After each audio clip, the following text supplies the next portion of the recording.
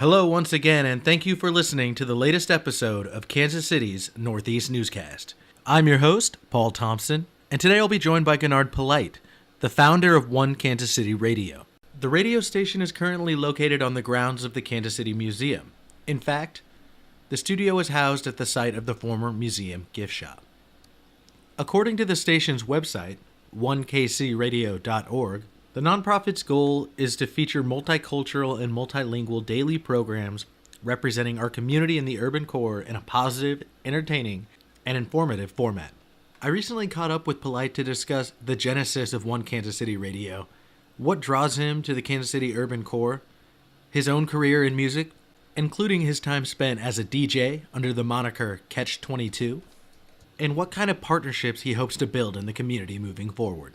My conversation with One Kansas City Radio founder Gunard Polite is coming up right now. Paul Thompson here with Northeast News, sitting alongside Gunard Polite. Hello. One KC Radio. All right. Thank you for the intro. Nice to have you here. How are things? Busy. Right? Very busy. Very busy. We're actually, to provide a little context for those who are listening, actually sitting in an exterior house behind the Kansas City Museum. Mm-hmm. It's been, I guess, turned into a pretty nice little radio studio here. What are you referring to this place as now? So that's a good question. I think I've gone back and forth, but as of today, it's just called the studio. Okay.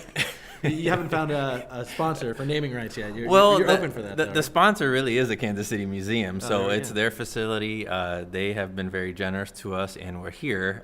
Just for transparency, this used to be the gift shop. Right. So for those who know and who have been around the area long enough, you'll know that the gift shop is right behind the carriage house, which is right behind Corinthian Hall.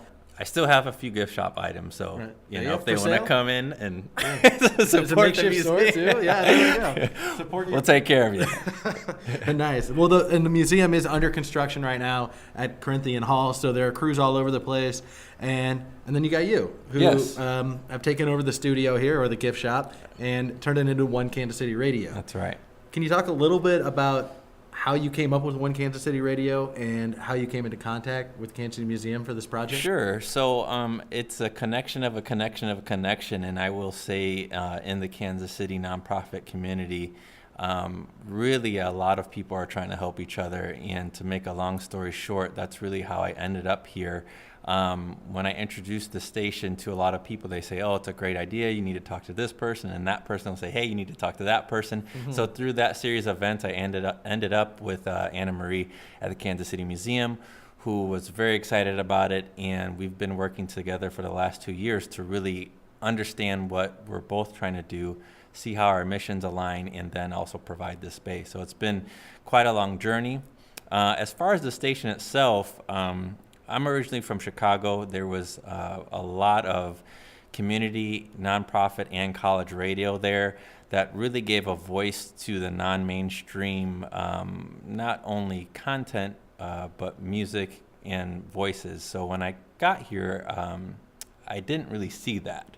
So I always thought that was a good idea to have a place for the non-mainstream voice as well as the community voices. So you came to Kansas City, you noticed there was some sort of void there in getting these diverse voices from alternative platforms or people who just aren't being represented in the mainstream, and that there was sort of a vacuum for that kind of perspective.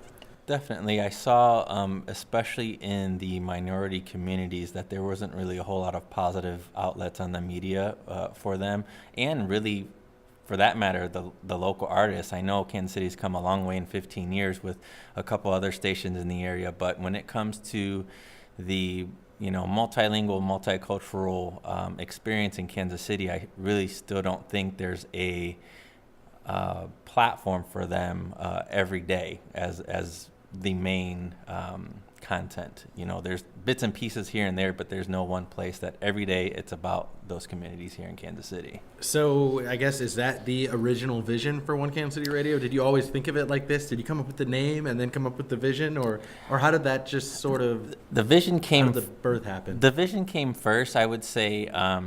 As the board and I talked about it, we came up with One Kansas City Radio because we do understand that we live in the middle of two states, multiple counties, multiple jurisdictions. Right. And you look in the Northeast area alone, you got 6 different neighborhoods, Right. with strong individual identities. And you can just extrapolate that all over Kansas City and see that there's just a lot of representation. Sure, that's a good parallel, definitely. So we thought, one Kansas City radio, because we are one, even though we are divided geographically and, from a municipality sense. Mm-hmm. And so you want it to be a radio station that provides these additional voices. How do you go about finding the programming that you've got thus far, and how might somebody reach out to you and get involved? So that's been a little bit challenging, to be honest. We've had some great volunteers show up. Because there wasn't this platform, there wasn't a lot of people storming down the door waiting to be on the radio. But I think as we build more excitement and build our listenership, more and more people are coming out that are excited, that have talent, or maybe don't have talent, but have time. And ambition. And ambition. So we're all about all of it. So if anybody wanted to volunteer or be a part of our station in any way, and there's many things to do here other than just be on the air, they can reach out to us online at 1kcradio.org. There's many links and emails to send. Would love to hear from you, even with no radio experience. What about somebody who maybe just has an ear for music? Somebody who they're like, hey, there's a 30-minute block. I could put together a playlist to fit that block. Are you just do you have a lot of people sending you stuff without an email ahead of time, just saying, I got this mix right here. You love it. They got the mixtape, right? Right. So how much of that is there going on, or how much would you welcome? I mean, at this point, I tell people this is a really exciting time because it's really open right now. I mean, there's really a lot of opportunity. So, as we fill slots, that opportunity will get less and less. But right now, it's very open. So we want all of the tastemakers in Kansas City to be a part of this station. And yes, hey, I want to do this 30-minute or hour-long show of this music that fits our programming. Again, multilingual, multicultural. Think about those themes and positive. So we would not only invite somebody with a podcast style show, but also a music show. Maybe breaking down the music a little bit after. Breaking down the music. Hey, if you want to do a motivational weekly, speech that we record, let's do that. Definitely want to partner with local news and independent news sources like yourself. So it's open right now, and definitely we want to highlight and showcase Kansas City. And I think right now you've got a lot of music blogs and things like that. How much of a role do you have in identifying that music or putting those lists or those track lists together? So right now I have started out myself and a handful of volunteers that are kind of doing most of the programming now, do have a pretty heavy hand in it, but my goal is to really step all the way out of it. I really want this to come from Kansas City. I want it to come from the Kansas City artists and musicians and just the general community to come in and express themselves. So if somebody sent you a Spotify playlist or something, I mean, what kind of format would you like to see this stuff come in? Ideally, we would like the shows to be an hour long, so we can broadcast them weekly. Really, to be a curator of music is important. So I would say sending a Spotify playlist as a program wouldn't cut it, but at least it gives me an idea of where you're going. Right. So again, we would be open to that. It's just that might get the ball rolling. We'll help you format it and program it so it sounds like a radio program. What are your music influences? I mean, what drew you to music in the first place? So, again, as a kid growing up in Chicago, I was the hardcore underground hip hop guy. So I did the emceeing and the DJing and the breakdancing and some other things which I won't go into, but nobody can see it right now anyway. Otherwise, I would ask you to do some of that breakdancing. There's some things involved in the scene that aren't super legal, but they're artistic in nature. Not super legal. Okay, well, maybe I can talk about that more off air once we put this thing to bed. But in terms of your experiences in Chicago, how involved were you in the music scene before you came to Kansas City? I did multiple radio shows. I was a radio broadcast major. Really did 4 to 5 days at the height of my DJ career at clubs and bars spinning music. So I love music. I love performing music. I love being able to find stuff that's cool that maybe people don't know about but would be into. Right. So I'd like to bring a little of that to Kansas City. And like I kind of keep saying, really the Kansas City musicians need this platform. So would love anybody who's a musician who knows other musicians to come and do a show on that music. Now, before we got started here, you made a comment about rapping. You still have it? I don't know. When was the last time you rapped in public? I would ask you to rap right now. No, I don't. I can't do that anymore. But I will say I do have a 12-inch record out available in Japan. Oh, really? Yes. How did that happen? So we were putting out music as well, and a compilation I put together with some other artists, I submitted to a distributor, and they came back and said, hey, there's a company out in Japan that really likes a couple of tracks, and here's the 2 tracks, and one of them was mine. And I was like, well, I'm not really an MC, but okay. So that's kind of cool, like something to do and really see how it goes from recording and then just an idea and just for fun to like somebody actually legitimately being interested in it. And so somebody would have to travel to Japan to get this, or are there some websites? No, it's on websites, but they did press up a 12-inch vinyl of it. And if you wanted to look for it, just go check out Catch 22. Classic Materials, the name of the album. Search for it, you'll find it, and it'll be there. I put in a few stores here in Kansas City too, like just like slip it in on a couple of people. Don't know if they're still there, but. Is it under? Did you have an MC name or? Yeah, my DJ name is Catch 22. Oh, Catch 22 is you. Okay, yeah. Cool. Gotcha. So that's me. I like that. Is that a reference to the novel or something different? It's not a reference to the novel, but it's really about being between a rock and a hard place. Right, and that's what that novel is all about. So that's funny. Cool. And so, growing up in Chicago, being involved in that scene, how big was music in your everyday life then? It was my life for a good 10 years. Every day. And so when you talk about going to record stores and buying records, recording mixes, recording music, making beats, I mean, you could spend all day making a beat. Right. So if you want to see how time-consuming music can be, I mean, ask any musician as well that plays an instrument. I mean, they can practice all day long. Right, and it's easy to pick apart your own flaws, I think. Yes. If you're like, well, this wasn't perfect. Yes. I got to go back and do that again, right? I was making a mix yesterday with my wife as the audience, and I said that was terrible. She's like, I didn't notice. Did you make her listen again? You start back from scratch? No, I stopped at 11 p.m. It was time to go to bed then. Nice. So what's your reaction when you see Chicago artists pop off? You know, somebody go national from Chicago. Do you still feel that sense of pride? I love it. I really do because, and I draw a parallel. The same way I feel about the Kansas City music scene now is how I felt in Chicago then, which is there's tons of talent. There's tons of people who can do it, but there's no industry here. Right. And when you don't have an industry somewhere, it's hard to like really put anything out because everybody's either in New York or LA, and they have all the resources and they have all the contacts and all the connections and all the push. Mm-hmm. So I love seeing, you know, Common and Kanye and Lupe Fiasco and all those guys, even Chance the Rapper. I mean, you know, that's all love, but I know that there's probably 100 other MCs and artists there that are just as good as better and the general public has never heard of them. Never heard of them. Right. So, I mean, big shout out to Juice on that, by the way. There we go. If anybody's looking for some new material.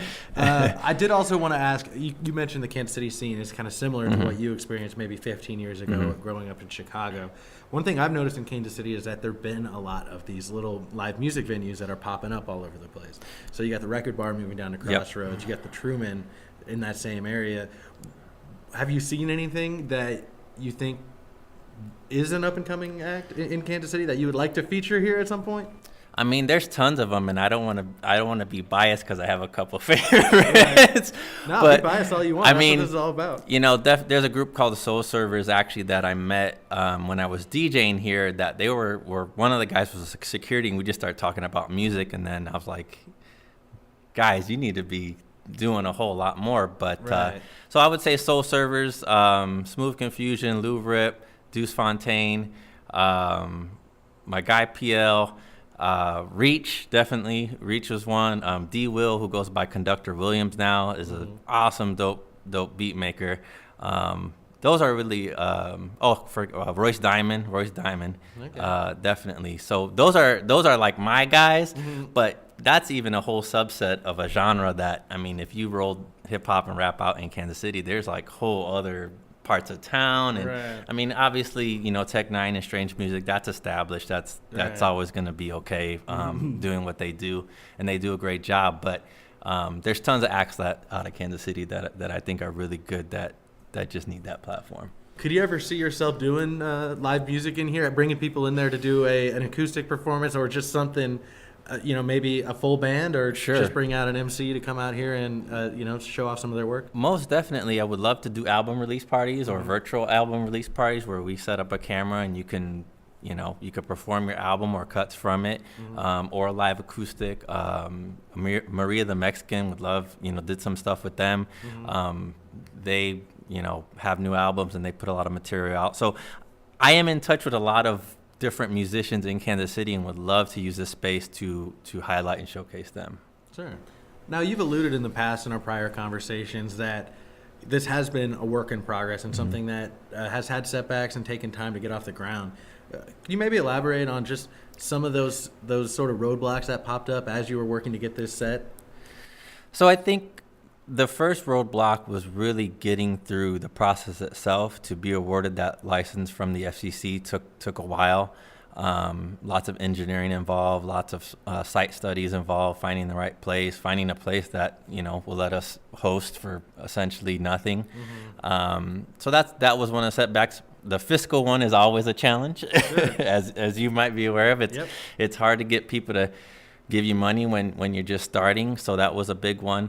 I think since we've gotten past all those roadblocks now, we're really at a point where our next hurdle is really getting the community involved. And that's why I appreciate the interview and the attention here, because we really just need people to show up, who are excited about it, who can be kind of relied on to be a part of the programming or the station in some way. So I think as of right now, that's really our next two. Well, the financial one's always a hurdle. It never goes away. Right. But the bar just keeps getting worse, right? Keeping the lights on, and then really building up that participation from the community is what I would say is our current hurdles. Right. And would you welcome collaborations with area schools, get some high school kids involved, or internship programs or something of that nature? Most definitely. Right now we're working, just started working with the Full Employment Council. They have a program that will hopefully get a few interns, but definitely want to partner with high schools, after school programs, anybody who has kids or young people that have an interest that are responsible. Good. Where do you see this project being in 5 years from now? I know it's early and there's a lot of different opportunities and possible challenges moving forward. With that being said, I've talked to you about where you want to be and how you'd like to see this grow outside of yourself. Sure. So where do you see One Kansas City Radio being in 5 years, knock on wood, assuming that everything goes well enough and that you're still operational, right? I think kind of part of our other conversations, one of those pillars is really being a media incubator and a news incubator for Kansas City, and being a place where people can train and build their skills and really have some practicum around providing some kind of news or content on a regular basis. So that would be one, to have a solid system and program set up where people are coming in and really setting out after this experience to do something, on a commercial radio station or a commercial television station or in a commercial newspaper. Sure. The second one would really be to provide content that is accessible and interesting on a national level. So, NPR type programs where they're being broadcast in other markets and other cities. Would love to represent Kansas City in that way. And really the third piece, really for it to operate on its own. My goal was to build this platform, but it's really to step away and let the community come in and run it. Right. Let the local tastemakers come in and do some people what they with do. Ambition and talent who have passion for getting those voices out there. That's right. Sort of become the face of the organization, right? Definitely. So you hope that you won't have to be doing these kind of interviews forever? Well, they'll take on a different form. They'll take a different form, right? I'll get to just congratulate everybody who's been a part of it and thank everybody. I think that's what I would love to do. I wanted to ask you as well, and we did talk about it briefly earlier, but the role of the Kansas City Museum, Anna Marie Tutera. Sure. It seemed like, as far as I understand it, I mean, they got really involved after you got the license to air, right? So when I met with Anna Marie originally, again, when we talked about our missions, they've really aligned. On top of our missions align, and what our role, I think, in the museum is really to provide a place to record the stories that will be part of the interactive experience when the museum reopens. So again, opening our doors to the community, recording these stories, getting this history, archiving it, and really having it audio-wise for the museum, as well as partner with them on a youth radio show that she's putting together. So there's some concrete things that we've already discussed and agreed that we're looking forward to doing, but I think, from a 40,000 foot level, we really align in understanding that we want the community to be a part of both of our experiences, and it's interactive. It's not just, hey, come listen to the radio station or come to the museum. It's, hey, come be part of the radio station, be part of the museum, because the history of Kansas City, not only the past, but the present and the future, is all about who lives in the community, who used to live in the community, and who will live in the community. Right. And I think you find, nobody has better stories about local communities in your specific neighborhood than the people who've lived in there forever. Mm-hmm. And oftentimes, even if your family moves on, or your kids go on and move to another part of town, or even another city or another country, you come back here, you feel that pride, and you go through some of that old stuff, and it's nostalgia. Definitely. So definitely. I think there's a lot of that with the Northeast, mm-hmm. particularly, and Kansas City as a whole. When people leave, they might not come back right away, but I think there's always that little sense that mm-hmm. this community is something special, and there's so much history around here, definitely. Especially in the Northeast. It's one of the oldest and really one of the coolest neighborhoods mm-hmm. in the city. So I think it's cool that you guys are here and embracing what the Kansas City Museum is doing as well. And I think a lot of it, at least for me in my heart, it kind of reminds me of the neighborhood I grew up in, Chicago. So right. I think there's a lot of nostalgia even for me to say, hey, this is like looks and feels familiar. So mm-hmm. I like this. I like being here. I like being part of it. Cool. Well, I feel the excitement. I know that we're excited to partner with you however we can moving forward. I guess I should mention at some point that these podcasts that we've been producing mm-hmm. over the course of the last year are likely, a lot of them will eventually be appearing on your airwaves, right? So we have them slotted right now, and it's 9:30 a.m. on every Sunday. Okay, for now. Cool. Well, hopefully I can keep up with the demand, but this will get us on the path, and I look forward to conducting more interviews and just following your progress moving forward. But I definitely appreciate your time. Great. Thank you for your support and your interest. Thank you.